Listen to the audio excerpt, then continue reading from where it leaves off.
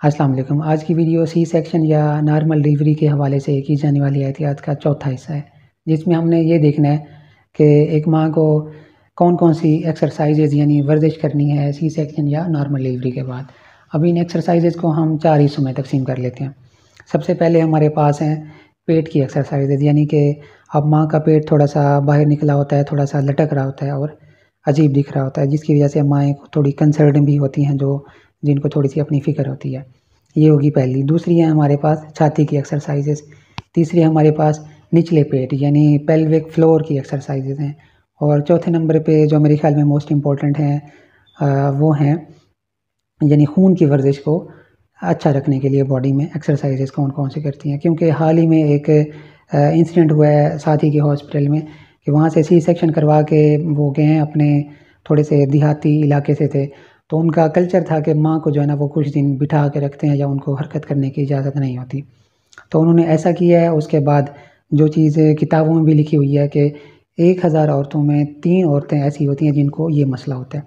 अब मसला उनको क्या हुआ है, जैसे ही वो बैठी रही हैं तो उसके बाद उनकी जो टाँगें हैं उनमें खून जमा होता गया। अब जब बैठे रहेंगे तो साफ-ज़ाहिर है खून वापस तो नहीं आएगा दिल की तरफ या ऊपर जिस्म की तरफ।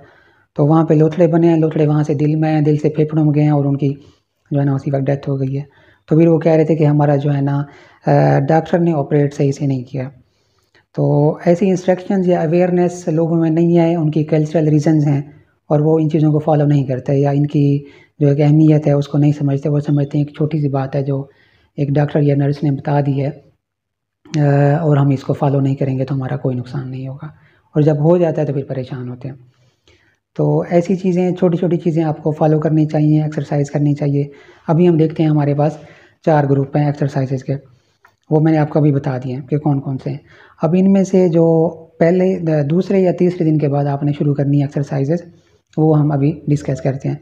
क्योंकि जो एक्सरसाइज़ेज़ आपने वर्जिश छठे हफ्ते में करनी है सी सेक्शन या नॉर्मल डिलीवरी के बाद, वो आप पहले हफ्ते में तो नहीं कर सकते। तो हम चीज़ों को ऐसे-ऐसा थोड़ा-सा मुश्किल करते जाएँगे ताकि माँ को भी मसला ना हो, ज़ख़म को भी कोई मसला ना हो और बॉडी भी जो है ना हेल्दी रहे, कोई प्रॉब्लम ना हो।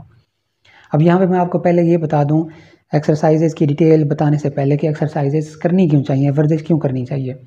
अब इसमें सबसे पहली बात ये है कि वही खून के लोथड़े वाली बात है। जब आप एक्सरसाइज़ नहीं करेंगे तो लोथड़े ऊपर आएँगे, पल्मोनरी एम्बोलिज़्म होगा, आपको साँस का मसला होगा और आपकी डेथ भी हो सकती है कुछ केसेज़ में। क्योंकि डॉक्टर जब आपको एक चीज़ थोड़ा-सा स्ट्रेस करके ना बताए तो आप लोग नहीं समझते कि इसकी कोई इम्पोर्टेंस है। ये होगी पहली बात। दूसरी बात हमारे पास है पेट के जो मसल्स हैं, जो गोश्त है। अब माँ का पेट यहाँ पे था, उसके बाद प्रेगनेंसी में यहाँ पे आ गया, तो चीज़ें थोड़ी-सी स्ट्रेच तो हुई हैं, थोड़ी-सी फैली तो हैं, तो उनको हमने वापस अपनी शेप में लेके जाना है। तो वो किससे होगा? एक्सरसाइज़ से होगा। तीसरी बात, कमर का दर्द है, वो एक्सरसाइज़ से नहीं होता। और उसके बाद है कुछ जो माएँ हैं उनमें जो अज़ाए मख़सूसा हैं वो थोड़े से लूज़ हो जाते हैं, ढीले पड़ जाते हैं या बाहर की तरफ निकलने लगते हैं, और उसके बाद पार्टनर को भी मसला हो रहा था। जब वो मसला होता है, जब वो मुलाकात करते हैं बाद में, तो उनको वो फीलिंग नहीं आती जो प्रेगनेंसी से पहले आ रही होती है। तो उसका मसला ये है कि आप लोग एक्सरसाइज़ नहीं करती, फीमेल एक्सरसाइज़ नहीं करती, तो फिर वो एक एन्जॉयबल जो सेक्स है वो दोनों पार्टनर्स नहीं कर सकते, और ये इम्पोर्टेंट है एक हेल्दी रिलेशनशिप के लिए। अगली जो रीज़न है एक्सरसाइज़ करने की वो है हमारे पास यानी कुछ औरतों में पेशाब रुकना मुश्किल हो जाता है। ऑपरेशन हुआ या नॉर्मल डिलीवरी हुई, उसके बाद उनको कपड़ों में पेशाब निकलता है या उनको पता नहीं चलता, वो यूरिन को रोक नहीं पाती। तो ये एक बहुत बड़ा मसला है, कुछ औरतों में आ जाता है और उनमें हम फिर मज़ीद ऑपरेशन करने की भी ज़रूरत पड़ जाती है अगर मेडिसिन से ठीक ना हो रहा। तो उसकी वजह भी यही है कि आप लोग एक्सरसाइज़ नहीं करते। अब ये चीज़ें होंगी हमारे पास, इसको हम जेनिटल प्रोलैप्स कहते हैं मेडिकल की लैंग्वेज में, कि चीज़ें या ऑर्गन्स जो हैं वो थोड़े से प्रोलैप्स कर जाते हैं। एक तो हमने यूरिन इनकॉन्टिनेंस की बात कर ली, पेशाब नहीं रुकता। दूसरा, जो ढीले पड़ जाते हैं अज़ा और बाहर से निकलने लगते हैं, उसको हम जेनिटल या वेजाइनल प्रोलैप्स कहते हैं। अब ये हैं हमारे पास रीज़न्स एक्सरसाइज़ करने की। अगर आप एक्सरसाइज़ करेंगे तो ये चीज़ें आपको नहीं होंगी। अब चलते हैं एक्सरसाइज़ की तरफ। एक्सरसाइज़ में आपने जो दूसरे या तीसरे दिन से एक्सरसाइज़ शुरू करनी है, सबसे पहले हम उनको डिस्कस करते हैं, क्योंकि हम वो एक्सरसाइज़ नहीं कर सकते जो हमने छठे हफ्ते में करनी है और वो हम आपको पहले हफ्ते में बताएँ। अब एक्सरसाइजेज में हम उसी 4 ग्रुप्स को फॉलो करेंगे। हमारा पेट है, हमारी चेस्ट है, हमारा पेल्विक फ्लोर है यानी औरत का निचला पेट है, और उसके बाद हमारे पास खून की गर्दिश है। इनको हमने ठीक रखना है। अब सबसे पहले आते हैं खून की गर्दिश, क्योंकि ये मोस्ट इम्पॉर्टेंट है और सीरियस इस वजह से है कि इससे माँ की जो है ना डेथ भी हो जाती है, मौत भी वाक़ई हो सकती है। कुछ केसेस में 1000 में से 3 केसेस में ये वाक़या होता है। 1000 आप सी सेक्शन या नॉर्मल डिलीवरी करें, उनमें से 3 लोगों में ये प्रॉब्लम क्रिएट होगा। तो इसकी अवेयरनेस अब इस तरह है, जैसे ही आप दूसरे दिन तीसरे दिन बेड पे सो रही हैं, तो आपने करना क्या है कि आपके जो दोनों पाँव हैं, अब ये पाँव है, एक पाँव आपने ऊपर किया, दूसरा पाँव आपने नीचे कर लेना है। इसी तरह अल्टरनेट मूवमेंट चलेगी हमारे पास 30 सेकंड के लिए। अब इस पाँव को ऐसे ऐसे नहीं करना, बिल्कुल आपने यहाँ पे स्ट्रेच करके आना है, फिर स्ट्रेच करके वापस ले जाना है। यहाँ पे आपको प्रेशर महसूस हो कि कोई चीज़ कंप्रेस कर रही है। अब जैसे ऐसे करेंगे तो प्रेशर महसूस होता है, तो इससे क्या होगा, ब्लड ऊपर जाएगा, सर्कुलेशन मेंटेन रहेगी और खून का लुकटा या डीप वेनस थ्रोम्बोसिस हम जिसको कहते हैं वो नहीं होगी। ये है पहली एक्सरसाइज आपने की 30 सेकंड के लिए। दूसरा आपने क्या करना है कि इस जॉइंट पे आपने एक सर्कुलर मोशन करनी है अपने पाँव की, जैसे मैं ये अभी कर रहा हूँ 10 बार, 10 सर्कल्स यानी गोल दायरे आपने बनाने हैं दोनों पाँव से। एक बार इससे कर लिए, फिर दूसरी बार दूसरे पाँव से आपने कर लिए। तो ये एक सेट है हमारे पास। पहली चीज़ हमने क्या की, हमने टांगों की ऊपर नीचे हरकत की, आपको सामने तस्वीर में शो हो रहा होगा 30 सेकंड के लिए। दूसरा हमने किया 10 सर्कल एक पाँव के और 10 सर्कल दूसरे पाँव के। ये हमारे पास एक सेट है। अभी आप रेस्ट कर रही हैं, आप जो है ना बेड पे सोई हुई हैं, तो आप उस किसी भी वक्त कर सकती हैं। दिन में आपने 4 से 5 बार ये एक्सरसाइजेस करनी है, रिपीट करना है। 1 सेट करें, 2 सेट करें, जैसे आप कंफर्टेबल हों। आपने दिन में 3 से 4 बार ये एक्सरसाइजेस करनी है। अब ये होगी हमारे पास खून की गर्दिश को ठीक रखने के लिए एक्सरसाइज। दूसरे नंबर पे है हमारे पास पेल्विक फ्लोर यानी निचले पेट की एक्सरसाइजेज, जो इसलिए इम्पोर्टेंट हैं। एक तो आपको पेशाब का मसला नहीं होगा, यानी कि पेशाब निकल जाने का या उसको रोकने की सलाहियत ख़त्म हो जाने का, ये मसला नहीं होगा। और दूसरा आपके जो स्ट्रक्चर्स हैं, जो आपके अज़ाए मखसूस हैं, वो थोड़े से वापस अपनी शेप में आ जाएंगे, ढीले नहीं होंगे। तो इससे क्या होगा कि जब आप फिर कुछ हफ्ते बाद अपने पार्टनर से मुलाकात करेंगे, अपने खामन से, तो वही फीलिंग होगी जो आप पहले से ले रहे थे। अक्सर मसला होता है, पेशेंट भी हमारे पास आते हैं और उनकी कंप्लेंट यही होती है कि जो हम पहले जो हमें फ़ील होता था, हम मुलाकात करते थे, अब हमें वो फीलिंग नहीं आती। यानी वो इंजॉयबल जो सेक्स है वो परफॉर्म नहीं कर पाते, उनको प्लेयर फील नहीं होता। तो उसकी वजह यही है कि आप एक्सरसाइज नहीं करती हैं, आपने अपनी बॉडी को वापस उसी शेप में नहीं लेके गए, क्योंकि चीज़ें थोड़ी सी स्ट्रेच हुई हैं। इतना बड़ा आपका पेट फुल है, आपके ऑर्गन्स थोड़े से वो हुए हैं, स्ट्रेस आया है उन पे, गोश्त थोड़ा सा आपका स्ट्रेच हुआ है, मसल स्ट्रेच हुए हैं, तो उनको वापस भी तो लेके जाना है। अगर नहीं लेके जाएंगे तो फिर ये प्रॉब्लम्स होंगे। तब इसकी जो एक्सरसाइजेज हैं उसको हम कहते हैं कीगल एक्सरसाइजेज। तो इसमें आपने करना क्या है कि जो आपका छोटे पेशाब का रास्ता है और बड़े पेशाब का रास्ता है, उसको जैसे आप रोकते हैं, आप पेशाब रोकते हैं तो आप थोड़ा सा प्रेशर डालते हैं यहाँ के ऊपर। अब ये एक्सरसाइज आप बैठे हैं, सोए हैं, जागे हैं, जहाँ पे भी हैं या चल रहे हैं, तो आप एक्सरसाइज कर सकते हैं।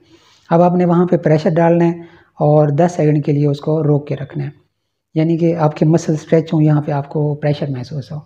10 सेकंड के लिए आपने रोक के रखा, उसके बाद रिलीज़ कर दिया, फिर 10 सेकंड के बाद दोबारा आपने इसी तरह रिपीट करना है। 10 बार आपने 10 सेकंड के लिए रोकना है, यानी कि मसल को स्ट्रेच किया, ज़ोर लगाया और उसके बाद वहीं पे रोक के रखा 10 सेकंड के लिए, उसके बाद फिर आपने रिलीज़ कर दिया। तो इससे क्या होगा, जो पेल्विक फ्लोर के मसल्स हैं वो स्ट्रॉन्ग होंगे और किसी मसला जो अभी हमने डिस्कस किया है वो नहीं होगा।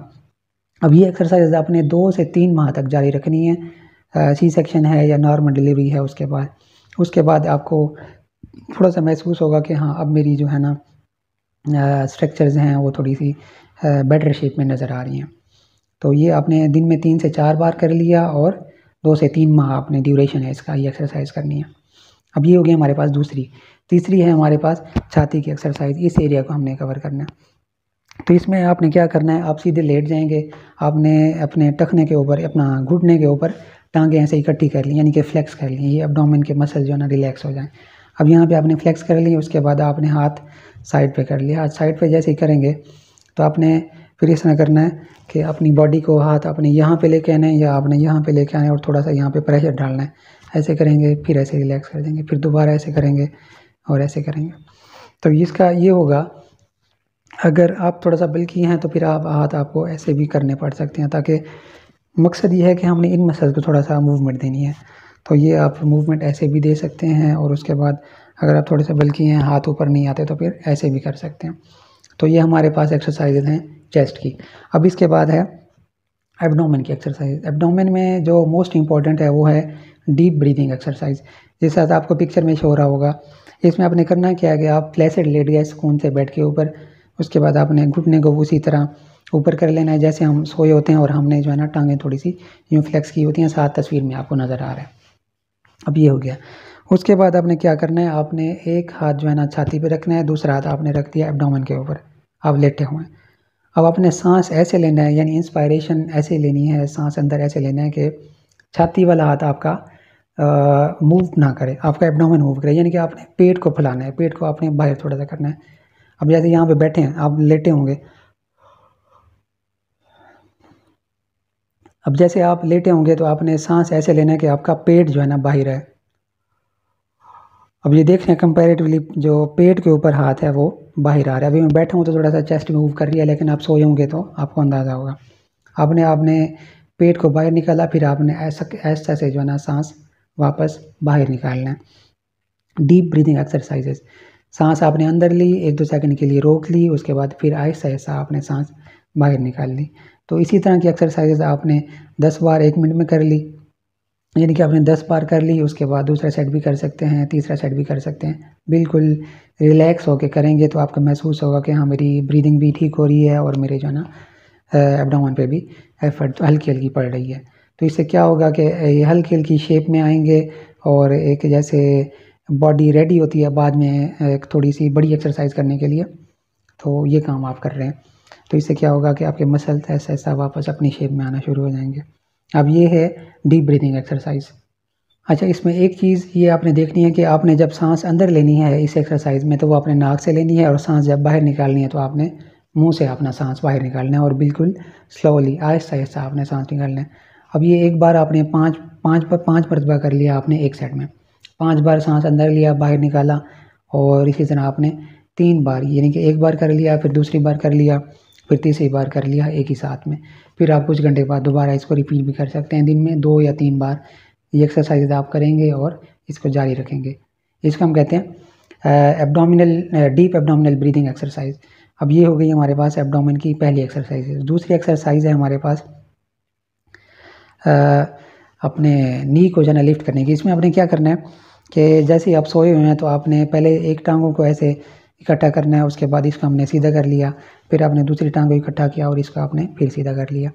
इसी तरह आपने टोटल कितनी मूवमेंट्स करनी है, 10 मूवमेंट्स करनी है। ऐसे कर लिया, फिर टांग सीधी कर ली, और ऐसे कर, हाथ आपके साइड पे होंगे, ये साथ में आपको पिक्चर में सारा कुछ शो हो रहेगा आपने किस तरह मूवमेंट करनी है। अब ये आपने 10 बार करनी है और 3 सेट करने हैं, यानी कि 10 बार किया, फिर थोड़ा सा रेस्ट कर लेंगे, फिर 10 बार दोबारा कर लेंगे। इसमें कोई हार्ड एंड फास्ट रूल नहीं है। मुख्तलिफ जो माएँ हैं, पेशेंट्स हैं, उनमें डिफरेंट एबिलिटी होती है चीज़ों को करने की। अगर आपको महसूस हो रहा है कि हाँ, मैं 2 बार कर सकती हूँ, मैं 3 बार कर सकती हूँ, तो आप बिल्कुल कर सकती हैं। इसमें ऐसी बात नहीं है कि अगर मैं कह रहा हूँ कि आपने 4 बार करना है तो आपने 4 बार ही करना है। अगर आप 2 बार करने के बाद ये फील करते हैं कि नहीं, अब मुझे मज़ीद नहीं करनी चाहिए, थोड़ा सा रेस्ट कर लेना चाहिए, तो आप रेस्ट कर लेते हैं और कुछ देर बाद फिर हम दोबारा इसको रिपीट कर सकते हैं।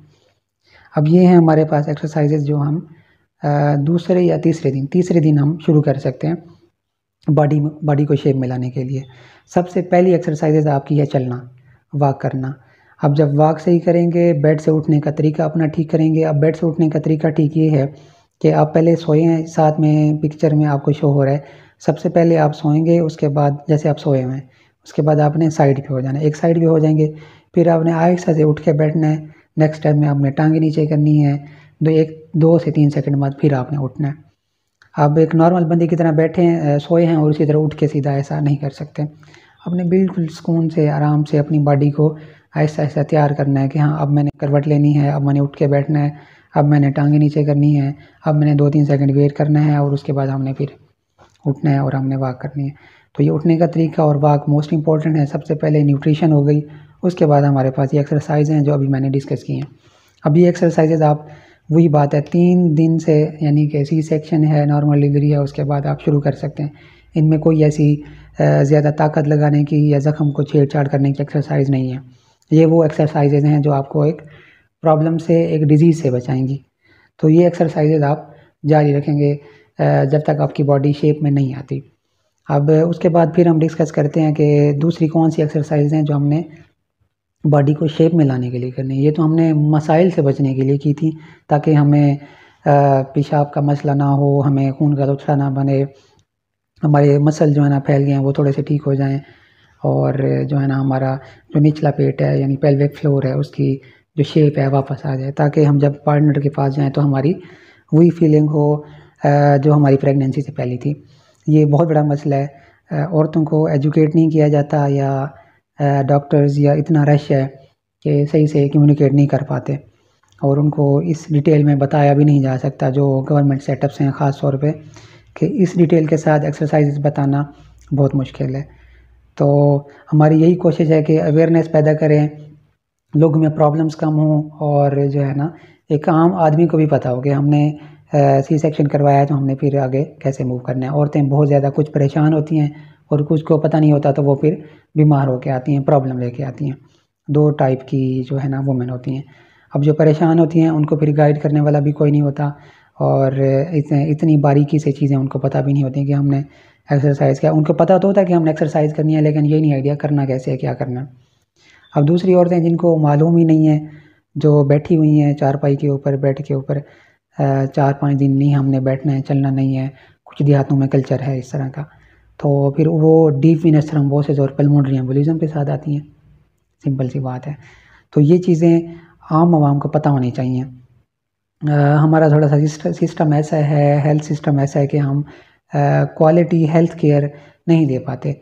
गवर्नमेंट सेक्टर्स में तो वैसे भी थोड़े से प्रॉब्लम्स रहते हैं क्योंकि रश बहुत ज़्यादा आता है। प्राइवेट में भी इस बारीकी से चीज़ें नहीं बताई जाती, लेकिन मेरा प्रोटोकॉल है, क्योंकि जो भी पेशेंट आए फिर हम उसको एक प्रॉपर काउंसलिंग के साथ उनको हम शीट्स देते हैं, उनको हम एक-एक चीज़ बताते हैं कि आपने पट्टी का ध्यान इस तरह करना है, ब्लीडिंग आपको इतने दिन होगी, दोबारा बच्चा कब प्लान कर सकते हैं, नॉर्मल डिलीवरी किन हालात में हो सकती है दोबारा, मतलब सी सेक्शन हुआ है तो नॉर्मल डिलीवरी कैसे होगी, क्या चीज़ खा सकते हैं, क्या चीज़ नहीं खानी, और ओवुलेशन कब होगी, या बच्चा पैदा नहीं करना तो फिर कौन सी मेडिसिन है। यानी कि जितने भी उनके माँ के माइंड में क्वेश्चन होते हैं या उनके हस्बैंड के माइंड में क्वेश्चन होते हैं, सारा हम उनको काउंसल करते हैं, उनको बताते हैं। और यही मेरी कोशिश है कि तमाम वीडियोज़ के थ्रू जो है ना हर चीज़ आपको एक्सप्लेन करके बताई जाए। आपको माँ को ब्लीडिंग का पता हो, कितने दिन तक होगी, पेट कब कम हो जाएगा, खाना क्या है, किस चीज़ से परहेज़ करनी है, और नॉर्मल डिलीवरी हो सकती है या नहीं हो सकती, और उसके बाद जो है ना हस्बैंड के साथ हम कब मुलाकात कर सकते हैं। तो इस तरह के क्वेश्चंस हैं जो कुछ लोग शर्म से नहीं पूछते और कुछ लोगों को पता नहीं होता। तो इंशाल्लाह नेक्स्ट वीडियो में फिर हम देखेंगे कि ये एक्सरसाइजेज़ तो हमने शुरू कर दी हैं। अब ये हम 1 या 2 हफ़्ते एक्सरसाइजेज़ यही चलाएँगे। उसके बाद क्योंकि 1 हफ़्ते बाद फिर टाँके उतर जाने हैं, टाँके उतरेंगे और उसके बाद हमने फिर दोबारा थोड़ा-सा मॉडिफ़ाई करना है अपनी एक्सरसाइजेज़ को, कि हमने अब एक्सरसाइज़ को किस लेवल पे जा करना है। थोड़ी-सी हमने स्ट्रेंथ ज़्यादा करनी है, ताकत थोड़ी-सी ज़्यादा लगाएगी माँ, और बॉडी थोड़ा उसी तरह शेप में आती जाएगी। तो बाकी जो एक्सरसाइजेज़ हैं वो फिर हम नेक्स्ट वीडियो में शुरू करेंगे, कि उसमें थोड़ी-सी मूवमेंट भी हम ज़्यादा करवाएँगे और थोड़ा-सा बॉडी के ऊपर स्ट्रेस भी हम डालेंगे ताकि शेप वापस आए। तब तक के लिए अल्लाह हाफ़िज़।